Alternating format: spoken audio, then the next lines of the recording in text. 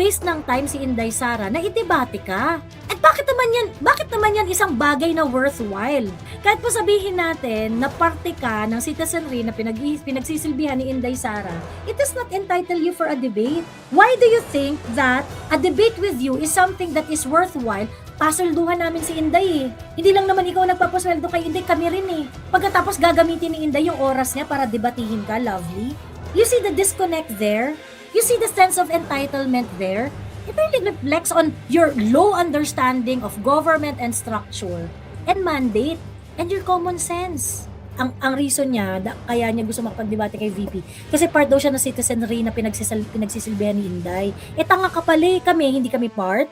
Gusto mo sa'yo lang spend ni Inday yung oras niya? Hindi ka ba naman tangat kalahati? O di dapat, nakipag-debate din yung mga sinusuporta mong politiko sa amin. Miss Joey, sino ba yung Lovely Granada? Kuha niya inis na maraming DDS. Actually, content creator siya. Maganda kasi yung boses niya, tapos Inglesera. Pagkatapos, sumikat siya dahil pinagtanggol niya si Eman Atienza. Dahil nga si Eman Atienza, madaming mga na-bad trip sa kanya ng mga Duterte supporters dahil, di ba minak niya si PRRD nung pinadala si PRRD sa The Hague? So maraming nag-mock din kay Emma na parang, which is sa akin ha, maawa ako eh. Kaso nga lang, salbahe ka rin naman eh. Minak mo si PRRD na kinidnap, pinadala sa ibang bansa, tapos tuwang-tuwa ka. Hindi mo inisip yung mga buhay na niligtas ni PRRD dito sa Pilipinas? Yung mga Pilipino na sobrang minamahal at nire-respeto si PRRD at totoong natulungan ni PRRD, totoong nagbago ang buhay niya, tas minak mo sila. And that goes with that goes with Lovely, misnomer Lovely rin. Ganyan, kasi itong si Lovely, parang sabi niya, ang sama ng ginawa nila. Ang sama-sama niyo naman, at least siya, which is very, very mali yung sagot niya, no? Doon raw siya sumikat doon raw siya naging popular. Ang sagot niya doon, buti pa si Eman, nakakawala na sa hirap ng buhay. Pero yung tatay niyo, nakakulong pa rin. Yun daw yung retort ni Lovely Granada. Sabi niya, which is actually very, very stupid. Why do you regard S as something, nakawala na siya sa hirap ng buhay? Inaano pa niya, gino-glorify pa niya yung yung S. O ate, sabi kasi kay Eman, o ate, I hope masaya ka na dyan. Yan ang nangyayari sa inyo kapag kaminak niyo si Duterte. So I responded like, yeah, masaya na si Eman. Nakalaya na siya sa magulong buhay dito sa mundo. Yung tatay niyo, nakakulong pa rin. Nakawala na siya sa hirap ng buhay. So, ibig sabihin, the message that you are sending to young kids is that if they would have difficult time in their life, if they are depressed, you just have to end it para makakawala ka na sa hirap ng buhay. And that is a good thing. That is the message of Lovely Granada. Doon sa pagtatanggol niya kay Eman Atienza. Ako, I really feel for Eman, no? Kaso nga lang, parang girl, kasi mean ka din eh. Mean ka din. Naawa ka doon sa family, sa naiwanan and things like that, ganun-ganon. How I wish meron siyang strength para labanan yung demons niya. Hindi niya na inabot. Pero Bex, in as much as masama yung nangyari sa'yo, yung masama experience mo or whatsoever, you also did the same thing to other people.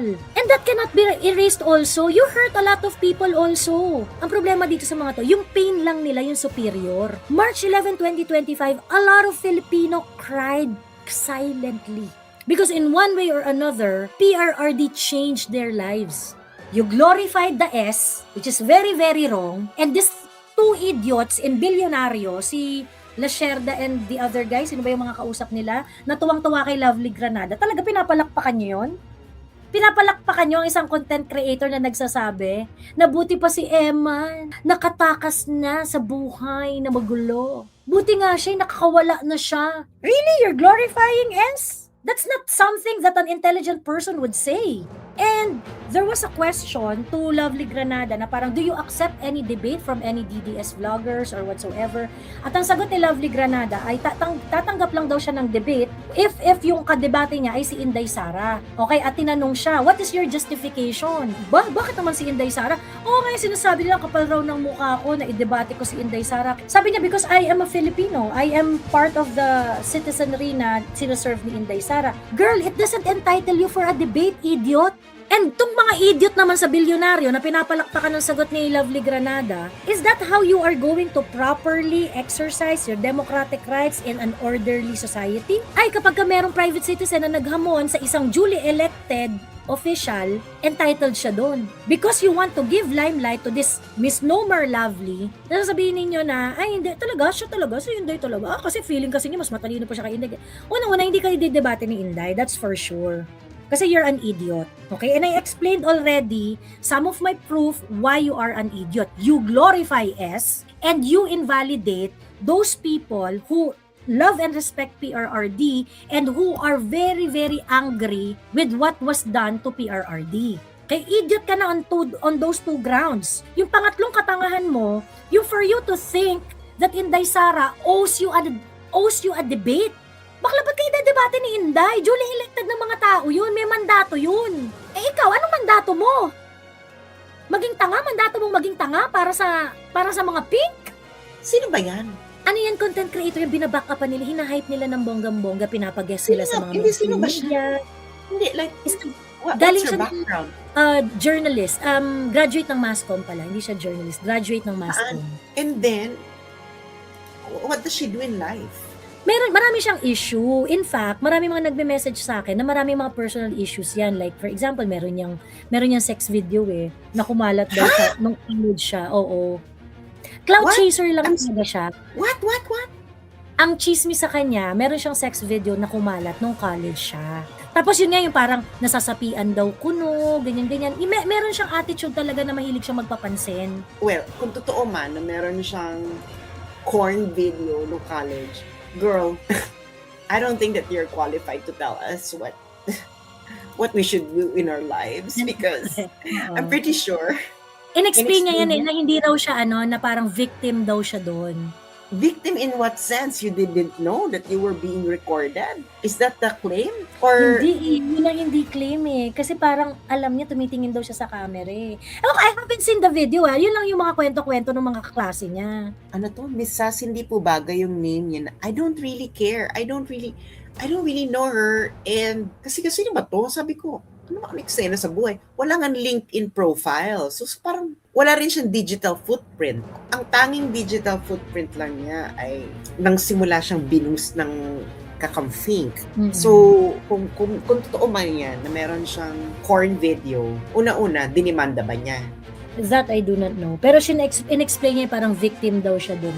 Well, kung victim ka, dinimanda mo, bakla, that's an easy win. That's an easy win. Di ba? Eh paano kung ang nag-release pala ng Kemerut Sila din. Aminin nyo, meron naman sa akin, kapitbahay daw niya. Akad daw yan. Siguro mga bata sila, maakad daw yan, tapos hindi raw nakikipaglaro. So sabi ko, wala siyang kalaro nung bata siya. So, nung pagkasabi pa lang yan, I know it already. Kung what kind of person. Ibig sabihin, you have a lot of unresolved issues in your life. Di ba sinabi ko na nga sa inyo na social media is really one of the ways that a lot of people unleash their unresolved issues in their lives because they can do it safely. Kasi i-off mo na yung social media mo, tapos ka na Pero they can do it in their lives. So ngayon, sino ba to? Una-una, bakit siya ini-interview? 89,000 i-interviewin mo? Bakit? Actually, sumikat lang siya dahil nagsalita siya ng masama kay Digong. But other than that, I mean, seriously, guys. There's really nothing. Like, for example, yun nga yung parang yung comment pa lang niya kay Eman. Buti pa si Eman namatay, nakakawala na siya sa hirap ng buhay. Girl, what are you trying to imply? What? Are you glorifying S? Are you glorifying S? She said that? Yeah. Oo. There's something wrong with this person. Like, ew. Yung sabi ko, ew. Alam mo, bakit ba lahat ng kaganapan sa buhay ninyo, personal sa buhay ninyo, ang sinisisi nyo DDS? This is like, you need a therapist. Can you imagine? Tatangkilikan ka ng mainstream media pag nagalit sa'yo ang DDS. So, ibig sabihin, really, the measure of everyone now in the Philippines na gustong makarabing elbows ang mainstream media is magalit sa kanila ang BDS. Correct, oo. That is such a sad thing to do in your life, that you measure that yourself according to the people who hate you. Girl, you are glorifying S as something as freedom. Kasi kung ganyan yung value mo dun sa S, what is the message that you are sending to our young girls? Alam niyo, ang mainstream media, ang higpit niyan when it comes to S conversation. Hindi nga nila sinasabi, di ba? Bawal nga sabihin yung S Ang sasabihin mo, unalive hindi nga kilala si Emma ng mga DDS Nakilala lang siya nung nagsalita siya ng hindi maganda kay PRRD Masakit yung nangyari kay Emma. No one is saying na, na okay lang yan or whatsoever. But you also have to recognize the fact na si Emma, nanakit rin siya ng damdamin ng iba. Pagkatapos sasabihin ninyo, na yung tatay nyo, karton, ganyan-ganyan, yung tatay nyo nga nakakulong pa rin, emerald. I mean, okay lang yun bardahan naman to Pero kung ganyan kayo magsabi dun sa ibang tao, you expect that the other people will also not hold any barf na pagka bumalik sila sa'yo. Kung ini-invalidate nyo yung feelings ng mga Duterte supporters sa pag-kidnap kay PRRD, na para bagang walang karapatan yung mga Duterte supporters na maramdaman yung nararamdaman nila, ano yan, superior pain lang dito yung sa inyo? Yung mga nasaktan sa pagkakakidnap kay PRRD. At we're talking about millions and millions of families here na nakaranas talaga ng pagbabago dahil dun sa war on drugs ni PRRD. At kinidnap niya yung tao, nalungkot, nanangis. Nung ganun yung pagtratong na-receive ni PRRD, pagtas pinagtawanan ni Eman. In as much as what happened to Eman is unfortunate, it is also very, very factual that Eman mocked PRRD. And in this life, if you are an asshole, you're gonna get some as well. Mas okay sana ako kung yung kung yung parang, kumbaga, sabihin na natin nababad trip kayo kay Eman. Pero yung mga anak, yung pamilya kasi buhay pa Yung nana, yung kapatid, yung tatay, ganyan-ganyan. So, yun na lang, kahit yun na lang muna yung respetuhin natin. Alam namin bad trip kayo, pero buhay pa kasi yung mga kamag-anak. Pwede sana ganun 'di ba? Pwede sana ganun, but no! That is not your retort. 'Di ba? Yung retort ninyo is you're going to insult further yung mga tao, invalidate their feelings. And that is not what an intelligent person should do. And that is not something that should be covered by mainstream media. Parang, wala mo ako expectation sa mainstream media. Kayo pa ba? Wala mo talaga kayong morals. Yung dalawang host naman ng The Spokes, amuse na amuse sa kanya. Pagkatapos, pati yung sa debate, yung talaga, parang, you are trying, kasi parang hindi ko magets yung bakit nila gina-justify that she can actually invite Inday Sara, who has the mandate to run her office as the vice president, at bakit naman mag-waste ng time si Inday Sara na idebate ka? At bakit naman yan isang bagay na worthwhile? Kahit pa sabihin natin, kahit po sabihin natin na parte ka ng citizenry na pinagsisilbihan ni Inday Sara, it does not entitle you for a debate. Why do you think that a debate with you is something that is worthwhile? Pasulduhan namin si Inday Hindi lang naman ikaw nagpapasweldo kay Inday, kami rin Pagkatapos gagamitin ni Inday yung oras niya para debatihin ka, lovely. You see the disconnect there? You see the sense of entitlement there? It really reflects on your low understanding of government and structure and mandate. And your common sense. So, nakakadiri lang. So, yung fact na grabe yung pag-aano sa kanya ng mainstream, kadiri talaga. Ginagamit na nga siya ng mga DDS para sumikat siya, tapos ngayon gagamitin pa siya ng VP para lalo siyang mapansin. Walang moisture sa buhay yung lovely, same as kakampings na masyadong anxious sa buhay. Distraction at nuisance. And she needs to be embarrassed. Kasi kayo, kung kunwari yung mga ganyan, ayaw niyong pansinin, hindi, wag nang pag-usapan. No! At sige, lumabas ka, di ba? O make it unforgettable for her by pointing out kung gaano ka-embarrassing yung ginagawa niya. 'Di ba? So para pag lumabas ng bahay yan, ito yung tatanga-tanga. 'Di ba? Kasi sige, papalampasin natin, ganyan. O papalampasin natin, ulit-ulit lang yan. I-ostracize nyo, kaya sila nga, wala silang hiya na todo-todo yung pag-ostracize kay Inday 'Di ba? An eye for an eye. Pagka merong ganyan na nagpapakita ng katangahan, isa-isahin natin yung mga katangahan. Kasi itong taong to, lumalabas ng bahay to. 'Di ba? Pag lumabas ng bahay to, dapat maramdaman niya yung kahihiyan na pinagagagawa niya. Hindi po pwedeng hindi yan papatulan. Kailangan patulan yan. At kailangan alam nila kung gaano ka-embarrassing yung ginagawa nila. Baka pag nagdebate ay may kirig-kirig na parang nasapian. Correct. Also, it proves our point, yung paulit-ulit natin sinasabi, kung gaano nagkakaroon ng pagkampi-kampi ang mainstream media at itong mga operators na to. Ang style ng vlog niya, parang DJ sa radyo na pa shoutout lang at magbasa ng comment. what makikipagdebate siya kay VP, delusional, I doubt kung kaya niya makipagdebate.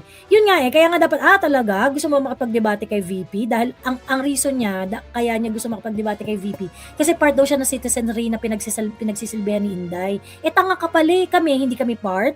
Gusto mo, sa'yo lang spend ni Inday yung oras niya? O di ka ba naman tangat kalahati? O di dapat makipagdebate din yung mga sinusuportahan mong politiko sa amin. Alam mo yung mga gusto nyo halas sa buhay. Diyos ko, Lord. Parang hindi ko alam kung saan yung hinuhugot itong mga ganitong konsepto sa buhay.